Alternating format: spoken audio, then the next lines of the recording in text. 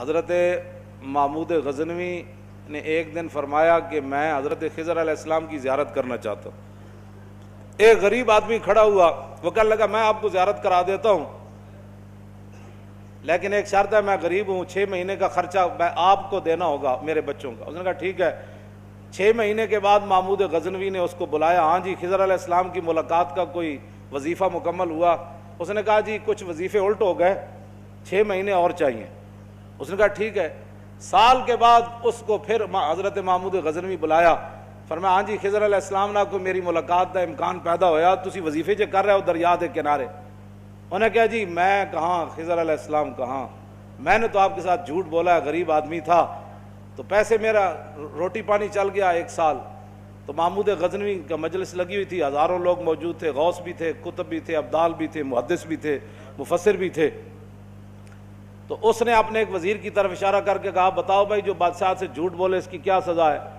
وہ وزیر کہنے لگا کہ اس کو قتل کر دیا جائے. محمود غزنوی کے مجلس میں ایک نورانی چہرے والے بزرگ بیٹھے تھے, انہوں نے کہا بادشاہ سلامت, اس نے بالکل ٹھیک کہا.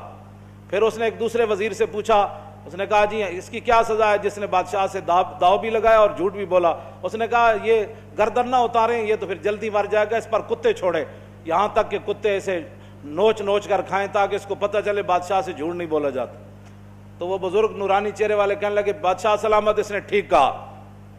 پھر اس نے حضرت ایاز کو کہا, ایک ہی صف میں کھڑے ہو گئے محمود و ایاز.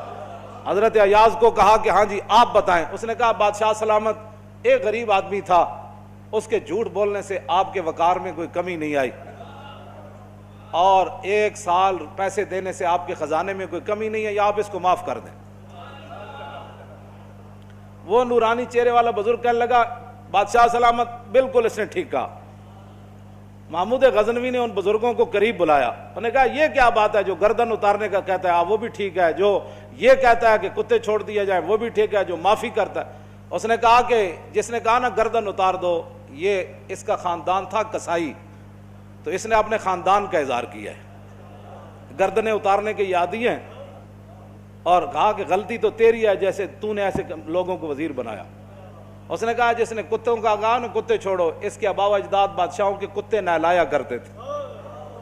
اس نے اپنے خاندان کا اظہار کیا ہے, اس نے اپنی فطرت اپنے خون کا بتایا ہے, اور کہا کہ رہ گیا ایاز تو یہ سید ہے, اور سید کربلا میں لٹے بھی گئے تو اف نہیں کی, اپنا سودا بیچ کر بازار سونا کر گئے, کون سی بستی بسائی تاجران آل بیت. کیوں جی یہ سید ہے. جب یہ کہا نا یہ سید ہے تو محمود غزنوی کرسی پر کھڑا ہو گیا. وہ کہنے لگا ایاز تو نے آج تک بتایا ہی نہیں میں آل رسول ہوں, اتنا ظلم کیا تو نے بتایا ہی نہیں آج تک. تو حضرت ایاز فرمانے لگے کہ اچھا میرا راز ان بزرگوں نے کھولا تو میں بھی آپ کے سامنے ایک راز کھولنا چاہتا ہوں. انہوں نے کہا جی وہ کیا ہے؟ انہوں نے کہا یہ جو بزرگ ہے نا یہ خود حضرت خضر علیہ السلام ہے.